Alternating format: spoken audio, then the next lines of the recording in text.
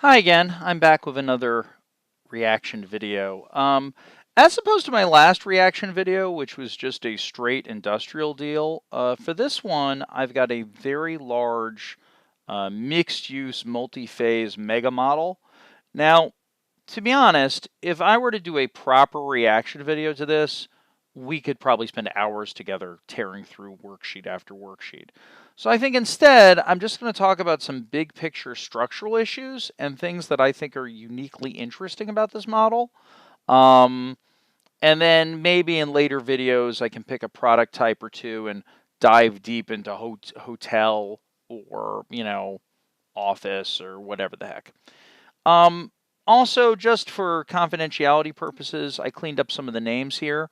I've rebranded this as Mega Project, which is the name of the project, Alphabet Soup, which is the location, Mega Developer, which was the developer of the project, and remove some images and biographical information, to protect the innocent as well as the guilty. Yeah, so let's get into it. And again, if you have some models out there that you want to share with me, feel free to email them to me. I always love to see what other people are doing. And obviously, I can remove names, or you can remove names, and I'll just give you my 2 cents, so to speak, while I give it to everyone else on the internet. Cool. So in any event, let's talk about some big picture structural things and what they did here to sort of organize this model. So first off, we have a table of contents. If you're going to build really big models, it is good to have a table of contents. One thing they did not do here that I've seen done in other models is they actually just typed in the names of the worksheets.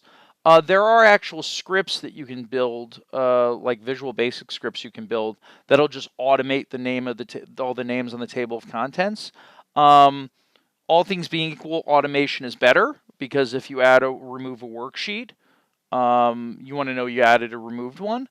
But in this case, they just had it built this way, and then I guess they just, branded it and fleshed it out and what have you. In any event, table of contents. You need one of those because in this case, it's got like, 20 or 30 tabs. Just talking about a big picture, and this is not weird, but this is the way people usually build this stuff. You've got some top level executive summary and summary returns type stuff, just so people can see, okay, does the deal make sense? We've got some general inputs that drive the model, general assumptions about debt, equity, what have you. And then it looks like for each product type, I'll make this bigger.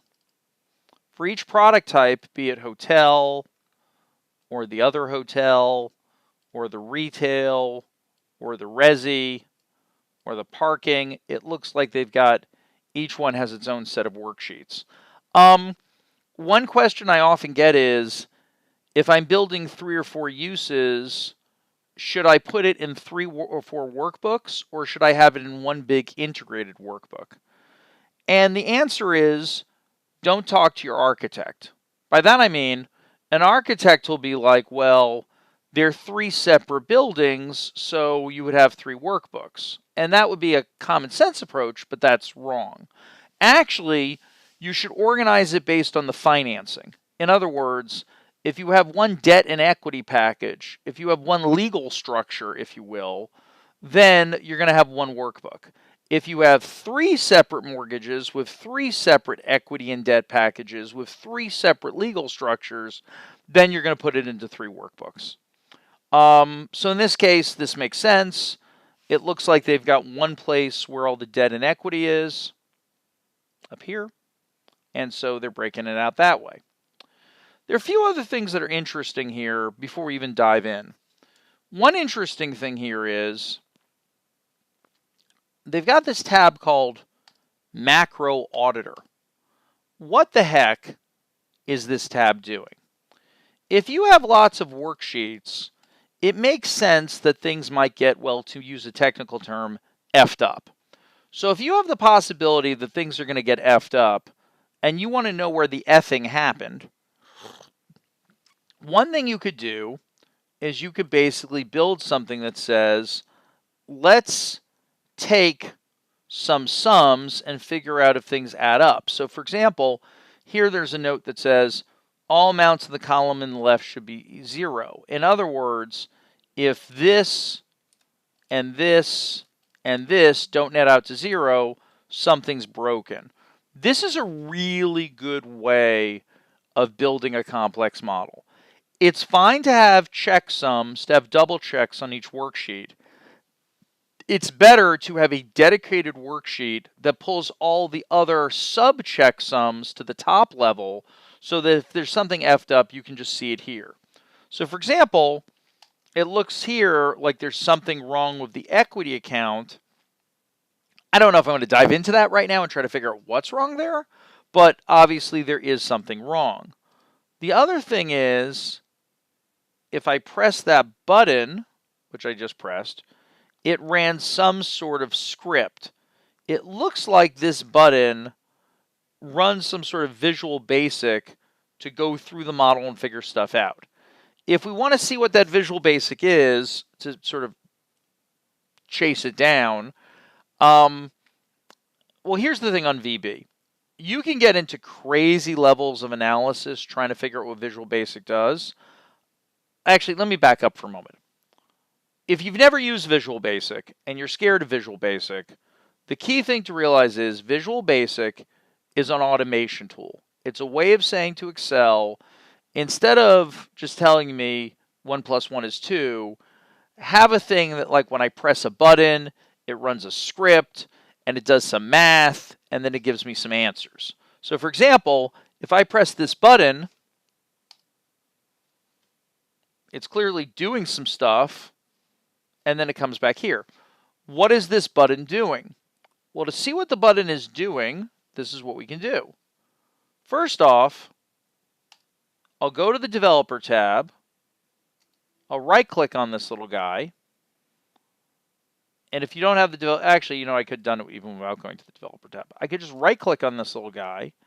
And here it says that button is hooked up to this macro, which I guess the macro here is called master solve. And if I wanted to see what that does, I could press edit.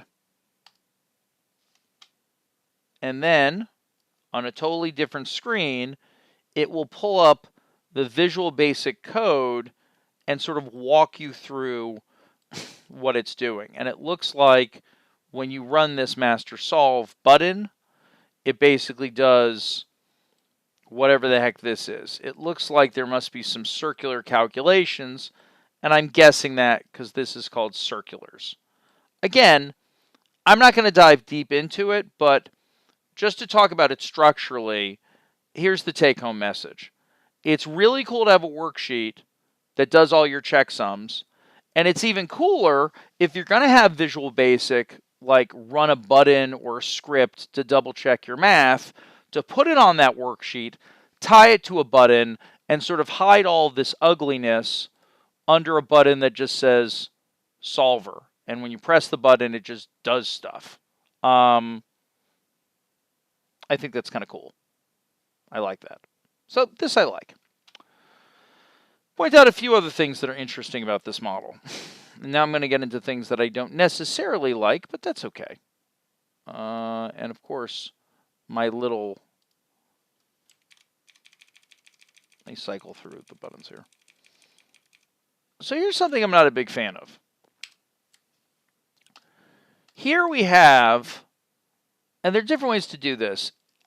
They have in this model the ability to take construction items and to say sometimes it's over 36 months, sometimes it's over 35 months, sometimes it's over 34 months. And I mean, we haven't really even gotten into the model, but basically you could take different costs and allocate them over different bell curves. And what they did here, which is kind of neat, is there are two ways to build a bell curve.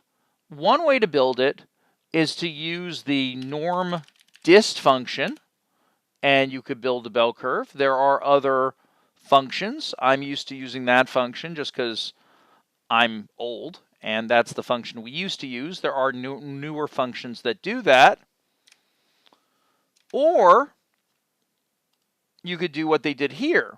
What they did here is they literally just hard-coded in the percentages to get curves that work. Now, it's a little bit messy.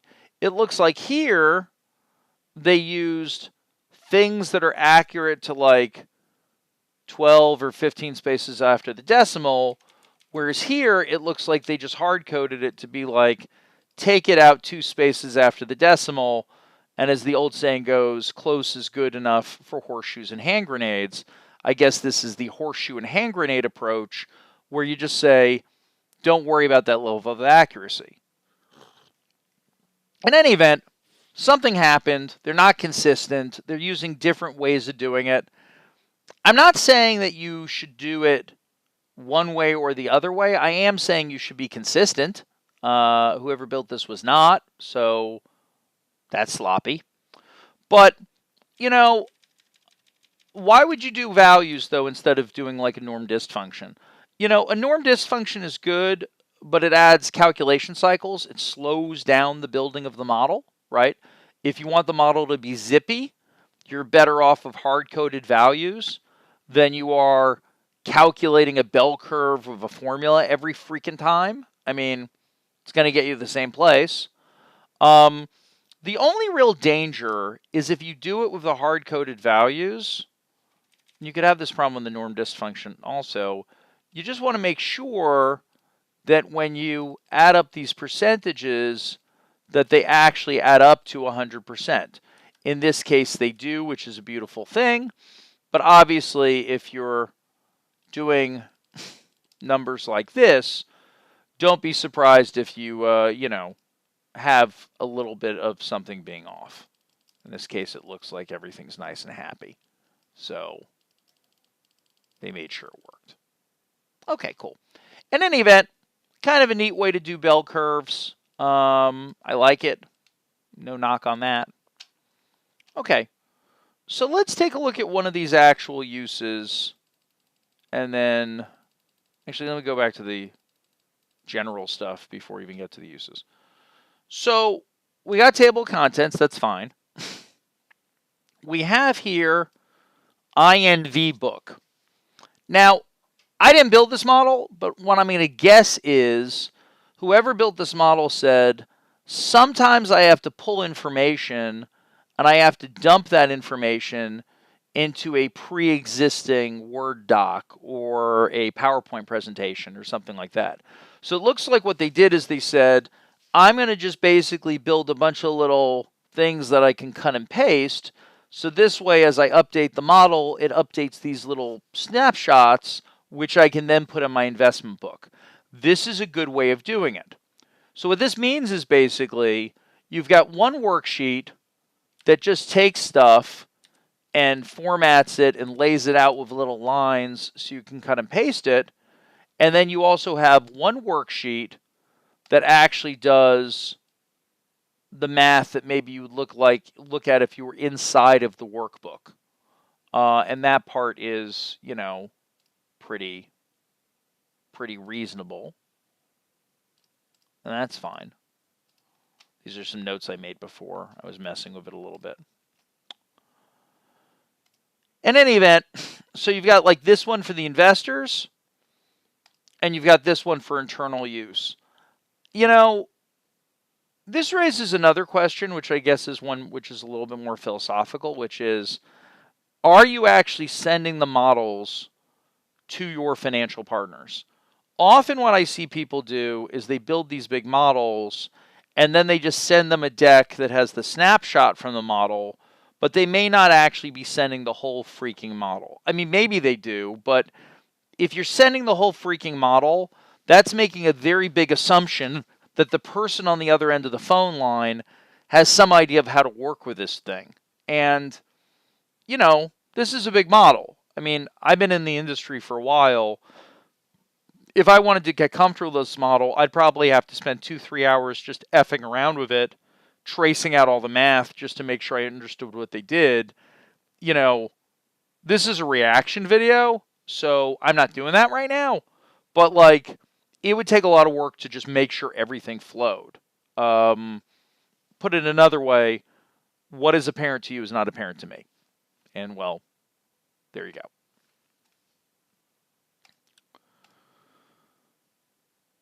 Okay, so we got a summary returns page, which looks relatively standard. It looks like it's just saying there's a phase 1 and there's a phase 2. It looks like they're doing a hotel in phase 1 and a hotel in phase 2. That's not weird. That's fine. It looks like they have some project level returns. It appears that they have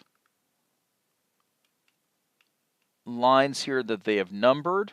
I don't know why that is, but that's the way they've organized it. I guess it made sense to them. Make this bigger.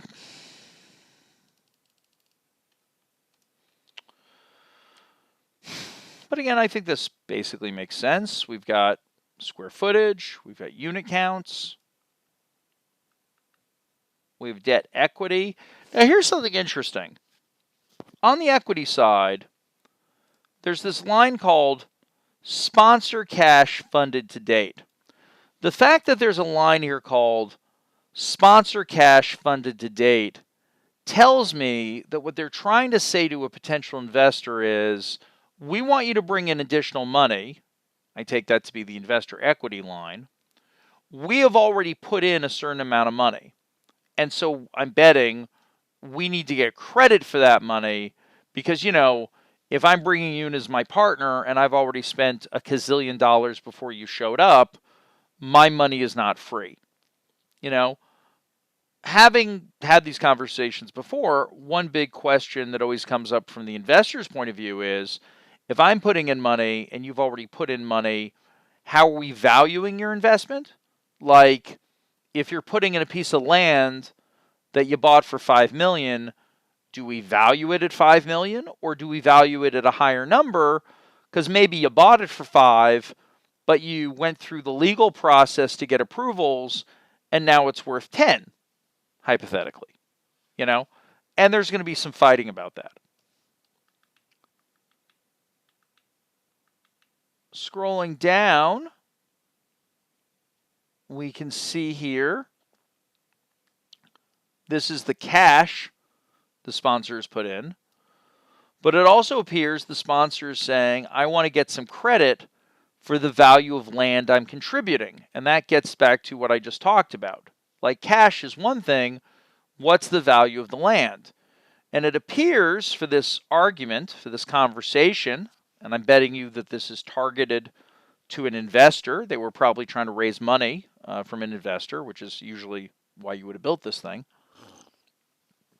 It looks like what they're doing is they're saying, I'm going to have a value, a sponsor contribution value, which is going to be tied to the FAR of what you can build. FAR stands for floor area ratio, for those of you who are new to development.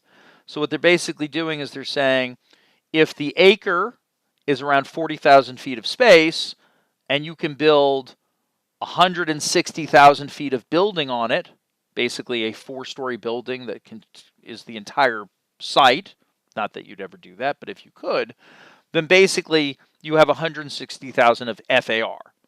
And it looks like what they're doing is they're assigning in a value to the FAR for these different product types, and it looks like these product types are hotel, retail, parking, hotel, residential. So hotel, retail, nothing for parking because it's parking. That's kind of a necessary evil. And, you know, hotel and resi.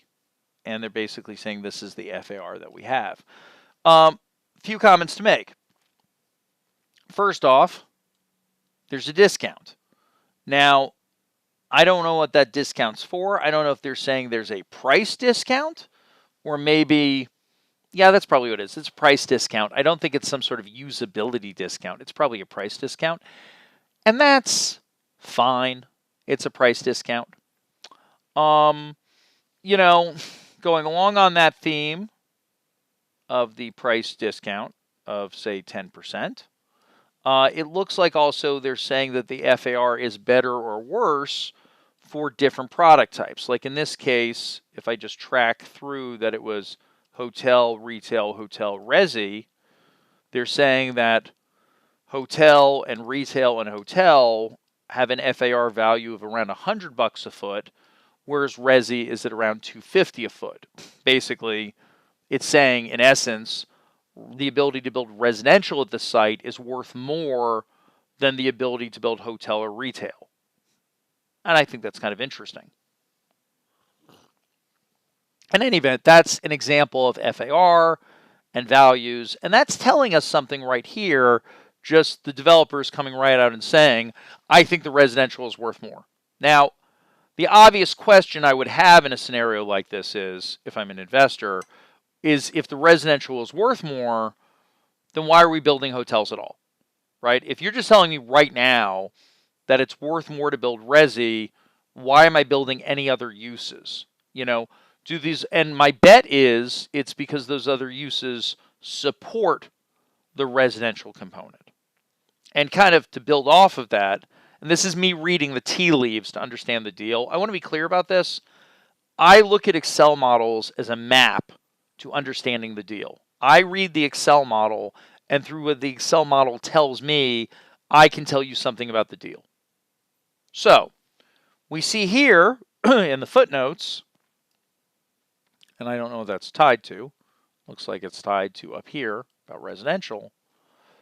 It looks like it's saying, in this case, we're building some sort of luxury units. It appears we're doing some sort of like fractional ownership timeshare type structure. So if I'm selling fractional ownership in condos, it kind of makes sense that the hotel being built would add value to the residential, right? If I'm buying a timeshare, I want to have the benefits of kind of hotel living, if you will. It's not a full-time location. And apparently this deal was done in Miami. I didn't remove that for confidentiality purposes, but I faked everything else. So it's still a fake name and a fake location and fake. Miami's a big city. Cool. Okay.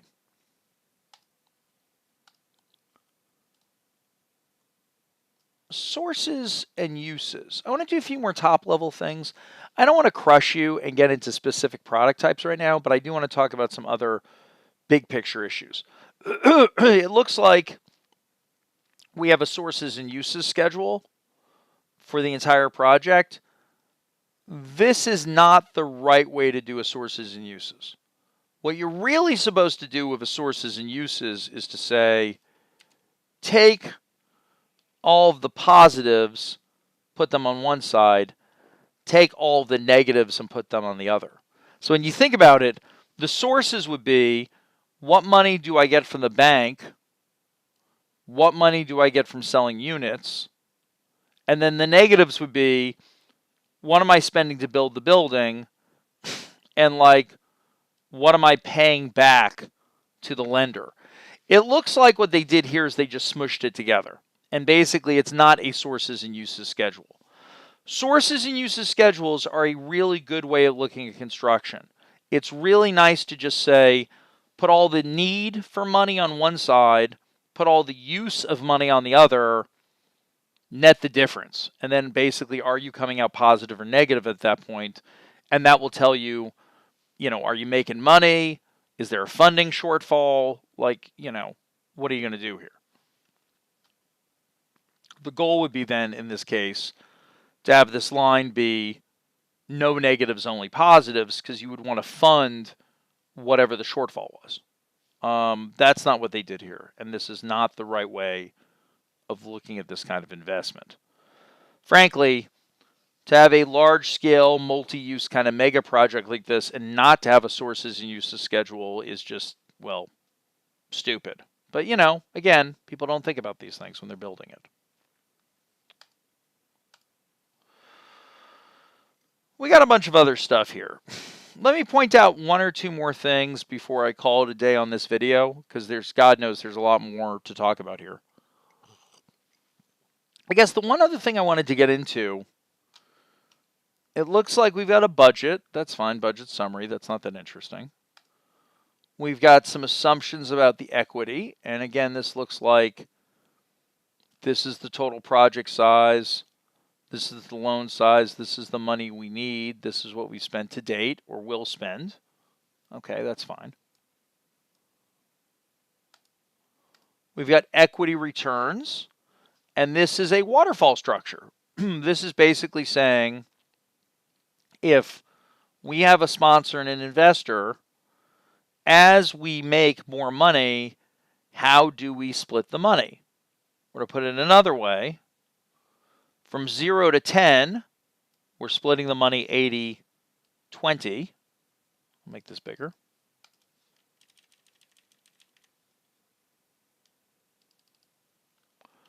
From 10 to 15, we're splitting it 70-30. 15 to 20, we're splitting it 60-40. You get the idea. You know, this is pretty typical. Often a developer will say, as I am more successful, I would like a bigger share of the money. Not an unreasonable thing to say. I think the part here that's a little bit weird for me, just again reacting to it, is that you got a lot of layers here. Like, I can understand that there's one way we split the money if we're not that successful, and one way we split the money if we're really successful. But it's a little bit strange to be like, we have 5 levels of success.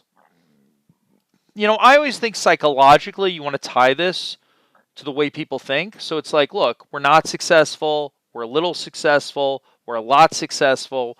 But to be like, we've got 5 different layers of success, I mean, that's kind of hard to negotiate, you know? And these targets seem to feel almost picked at random, like 10, 15, 20, 25. You know, I don't know if there's much logic behind this. I tend to be much more a fan of just the simple, there's a pref and a split, or maybe there's a pref and a couple splits. But when it gets to be 5 different levels, it's like, what are we really fighting about here? It just starts to get a bit silly. But that's my approach.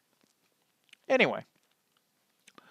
But yeah, they're projecting a good rate of return. They're saying, you know, if the deal comes out, you know, the deal is going to make 27 and the developer gets 33, and the investor gets 24. Of course, what's kind of fuzzy in that is when we're figuring out the 78 million in equity,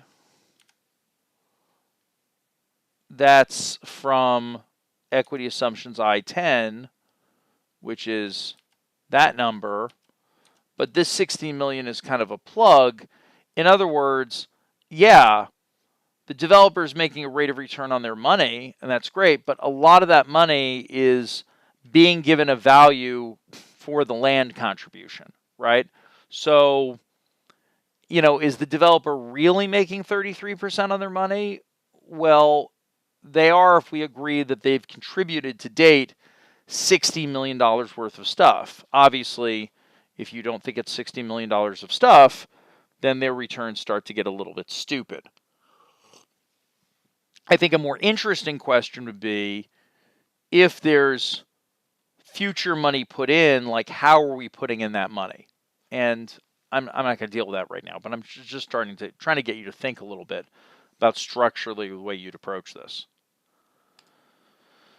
This appears to be all the mechanics of how the waterfall works at the project level, which I'm not going to go through, and at the sponsor level.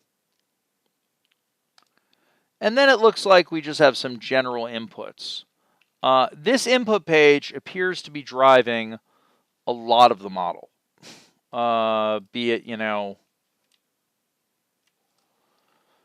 rates on things, dates on things, cap rates on things. And, you know, in this case, they're just coded in as values, 7, 6, 6.5. There's nothing that tells you why they picked those numbers. There's no backup here. Assumedly, these numbers came from somewhere. You'll also note they are following the traditional color coding scheme of blue as an input, black as an output. Not bad, but, you know, I will sometimes see people do blue as an input, black as an output. You know, green is if you're pulling it from another worksheet or something. They just went with blue and black, and that's fine.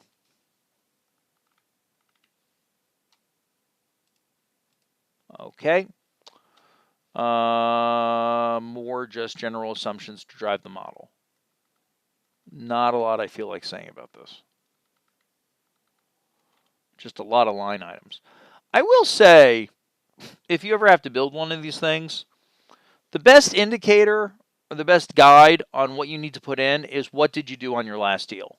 You know, I would be hard pressed to come up with all these line items on my own, right? Often when you're thinking about all the line items that go into a project, you really kind of have to look at the last project you did because there's just a lot of things to keep track of.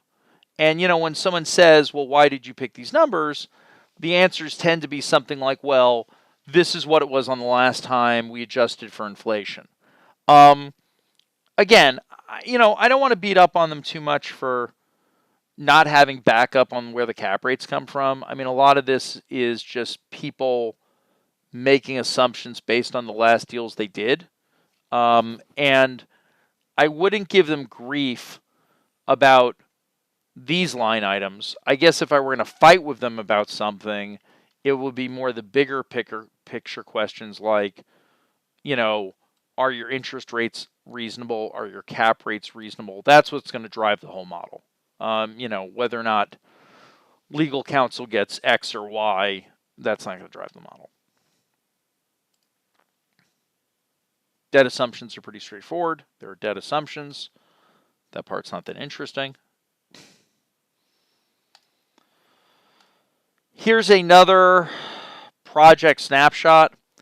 You know, this is something that happens in models over the years when people, too many hands touch a model.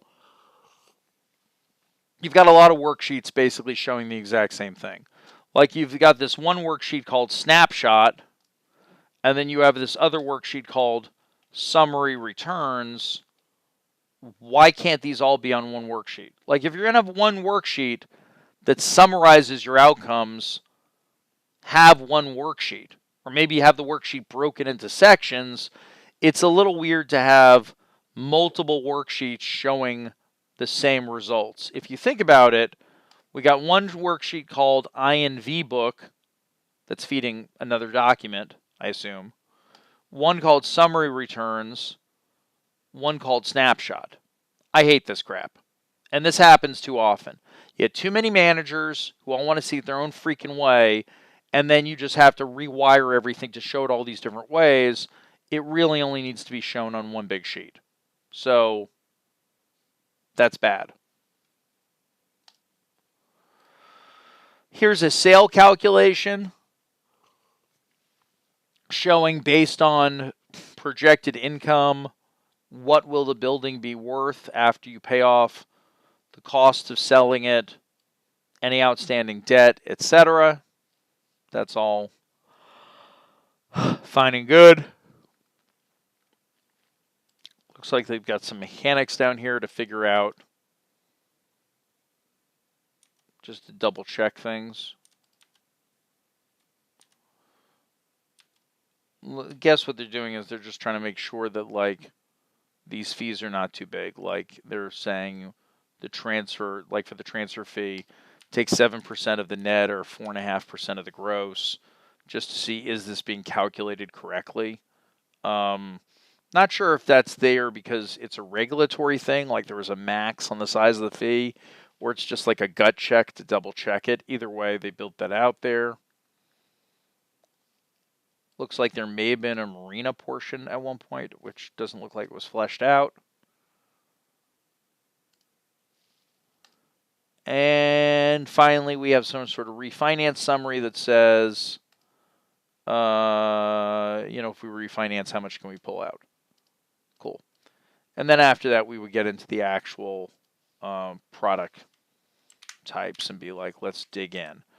We can dig into the other uses later. I think here's, I guess, my basic point with the way they built this. There are way too many worksheets at the beginning before you even get to the specific product types. And then, in addition to all these worksheets at the beginning, there's also, at the end, some other like extra sheets about like hard cost stuff, or like something about site work. There's ground rent. Just the organization of this thing sucks.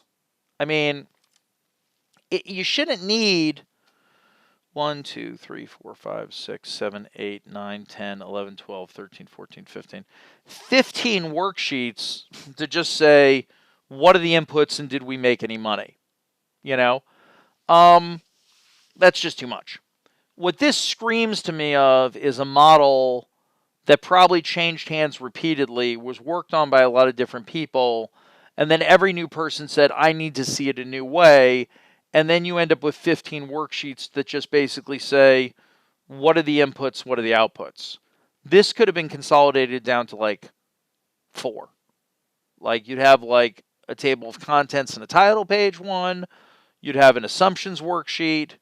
You'd have a summary worksheet that shows the returns. And then maybe an extra sheet that says, and this is how it feeds into some other document. So if I were to give this thing grief about anything, it's just, it doesn't take 15 worksheets to say the basics of what is the model doing. Yeah. You know, if I actually had this as a model, I would be attempting how to basically copy paste everything onto a few worksheets and then cutting it down from 15 to 4. Then once you're down to 4 worksheets, then it becomes a relatively trivial act to just look at the individual property types and to actually get into like, you know, the deals, which again, we're not going to spend time on right now. So those are my thoughts. So big picture, things I like about it, things I don't. I hate the fact that they have 15 worksheets to explain the basics of, does the deal make sense? I like the fact that they have this macro auditor. I think that's a really nice touch. Which basically does some checksums and also some visual basic to figure out, does the model work? And finally, I like that instead of using a ton of norm dist functions or something similar to dynamically calculate what bell curves look like, just hard-coded in a bunch of values. It makes the model run a hell of a lot faster, and, you know, speed matters. It may not matter when you have like 5 worksheets, but when you have this kind of monstrosity, anything you can do that can speed up the model is a good thing. Cool. Hopefully you found that to be useful. I'm not going to go into specific product types right now. Maybe I'll do that in another video, but for now I just wanted to talk big picture about Mega Project, which was built by Mega Developer on Alphabet Soup Island. Or tried to build it anyway, and hopefully you found that to be helpful. In another video, we can get into product types, we can talk about the ground lease stuff here, etc., etc. A few closing items. If you have a model you would like me to check out, email it to me. My contact info is in my bio. You can check it out on my website or my email box, josh@kahrrealestate.com. And of course, if you like this sort of content, give me some feedback. More feedback is good, because then I know what you want to see. Groovy. With that, I will leave you with what I always like to say, which is, until I see you again, keep building better models. Thanks again. Bye.